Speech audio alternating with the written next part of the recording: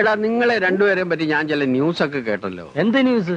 നിങ്ങളും ആ അമ്മിണിയമ്മയുടെ മക്കളുമായിട്ട് സ്നേഹമാണെന്നോ പ്രേമമാണെന്നോ ഒക്കെ നേരാണോടാ? നായരേട്ടാ വെറുതെ അതും ഇതൊന്നും പറയണ്ടോ.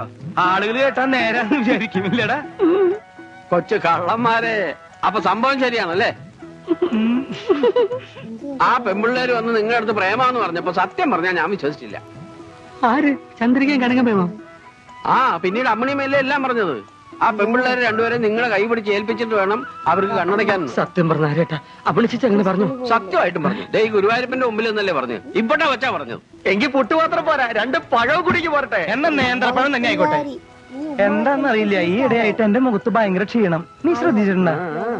നീ ശ്രദ്ധിച്ചിട്ടില്ല. ഖന്നാസേ, കാലത്തെ ചൂടായത് മോശമായി പോടാ. ഏയ് ചൂടായത് കൊണ്ടല്ലടാ ഈ ടേസ്റ്റ്.